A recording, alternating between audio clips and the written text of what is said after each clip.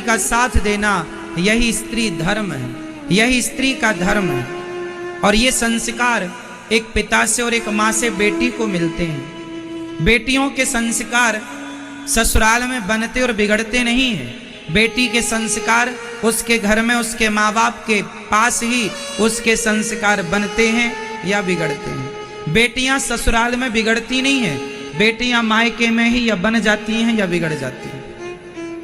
बिगड़ी बेटी ससुराल जाएगी तो ससुराल भी बिगाड़ेगी, और बनी बेटी यदि ससुराल जाएगी तो ससुराल को भी बनाएगी। इसलिए आपकी बेटियों को आप थोड़ा जिम्मेदारी दीजिए, बेटों को संस्कार दीजिए, पर बेटों से ज्यादा संस्कार बेटियों को दीजिए, क्योंकि बेटों के कंधों पर एक कुल की जिम्मेदारी है, बेटियों के कुल में दोनों कुलों की जिम्मेदारी है। बेटी के कंधे पर दो दो जिम्मेदारी होती है। इसलिए आपको बेटे से ज्यादा बेटी को समझदार बनाना चाहिए। बेटा समझदार हो, पर बेटी से डबल समझदार बेटी का होना आवश्यक। घर में यदि मर्द बुरा है पर स्त्री अच्छी है तो भी गृहस्थी चल जाती है, पर मर्द अच्छा है स्त्री बुरी है तो गृहस्थी नहीं चलती। मर्द बुरा है, पुरुष किसी का बुरा है तो बुरे पुरुष के संग गृहस्थी स्त्री निभा लेती है, लेकिन स्त्री बुरी हो तो उस बुरी स्त्री के साथ बहुत कम केस में वो गृहस्थी चलती है। इसलिए पुरुष से ज्यादा समझदार स्त्री का होना जरूरी है। इसलिए बेटे का जन्म भाग्य से होता है और बेटी का जन्म सौभाग्य से होता है। कहते हैं हर बेटी के भाग्य में बाप होता है, हर बेटी के भाग्य में बाप होता है, पर हर बाप के भाग्य में बेटी नहीं होती। हर बेटी के भाग्य में बाप होता है, भले जन्म देते मर जाए पर बाप तो होगा ना कि मेरा बाप कोई था। हर बेटी के भाग्य में बाप होता है, पर हर बाप के भाग्य में बेटी नहीं होती। बेटी किस्मत वालों को मिलती है।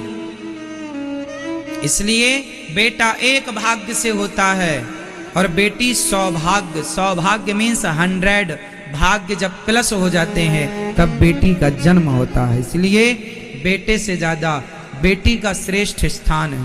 इसलिए हमारे यहाँ बेटे का नाम बाद में है, बेटी का नाम पहले। राम जी का नाम बाद में लिया जाता है, सीता का नाम पहले।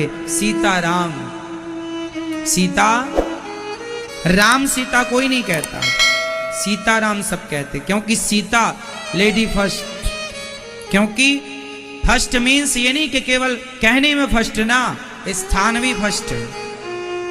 हमारे सनातन धर्म में जितना सम्मान एक स्त्री का है उतना सम्मान किसी का नहीं है। हमारे सनातन धर्म में सबसे अधिक सम्मान नारी का है। हमारे यहाँ नारी को देवी कहा जाता है। हमारे भारत में केवल हिंदू, पूरी दुनिया में केवल हिंदू ऐसा है जो कन्याओं को बुलाकर उसके पांव में माहौर लगाकर उसे देवी मानकर उसको भोग लगाकर उसको चरण वंदन करता है। हमारे घर देवी आई है, हमारे घर लक्ष्मी आई है। दुनिया में और कोई धर्म ऐसा नहीं है जो नारी का इतना आदर करता हो कि कन्याओं के पांव धोकर पीता हो। केवल हिंदू लोग कन्याओं को देवी मानकर उनके चरणामृत लेकर के और देवी मानकर नवरात्रि में या इत्यादि दिनों में पूजा करते हैं। हमारे यहाँ बच्चियों को, बेटियों को देवी माना जाता है, दुर्गा माना जाता है, लक्ष्मी माना जाता है। केवल हमारे सनातन धर्म में ये सम्मान है। आप अन्य धर्मों को उठाकर देख लीजिए, वहां नारी केवल भोग की वस्तु है, वहां नारी की हैसियत केवल भोग की वस्तु की तरह है, वहां कोई सम्मान नहीं है अन्य धर्मों में नारी का। हमारे यहाँ नारी का इतना सम्मान है कि बेटे के लिए लिखा है कि जननी जन्म भूमश्च स्वर्गादपि गरीयसी। माँ के चरणों में जन्नत होती है, माँ के चरणों में स्वर्ग होता है। इसलिए नारी का सम्मान, और नारी तब श्रेष्ठ होगी जब उसके माँ बाप से बेटी को श्रेष्ठ संस्कार प्राप्त होंगे। एक बार बेटी को संस्कार दे दिया ना तो वह बेटी आपका कुल खानदान तो संवारेगी, लोक परलोक संवार देगी आपका और खुद का। क्या सही है क्या गलत है, किसी से भी प्यार कर लेना और किसी से भी प्यार करके अपने माँ बाप से ना बताना और अपने आप को ही होशियार मानना, यही बेटियों की सबसे बड़ी गलती होती है। आजकल की बेटियां अपने माँ बाप को बेवकूफ समझती हैं। कुछ बेटियां, हमारे माँ बाप तो कुछ नहीं जानते, हम बड़ी हो गई हैं, हम आत्मनिर्भर हो सकती हैं, हम सेल्फ डिपेंड हैं, हमें किसी के सहारे की जरूरत नहीं है, किसी की सलाह एडवाइस की जरूरत नहीं है, हमें कोई आवश्यकता नहीं। और उसी का परिणाम है कि 35 टुकड़े हो जाते हैं।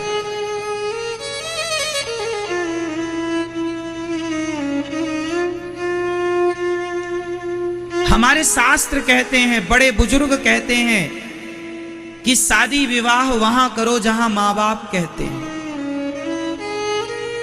गलत ट्रैक पर ना जाओ, ना जाओ, ना जाओ। लेकिन आज के मॉडल जमाने को कौन समझाए?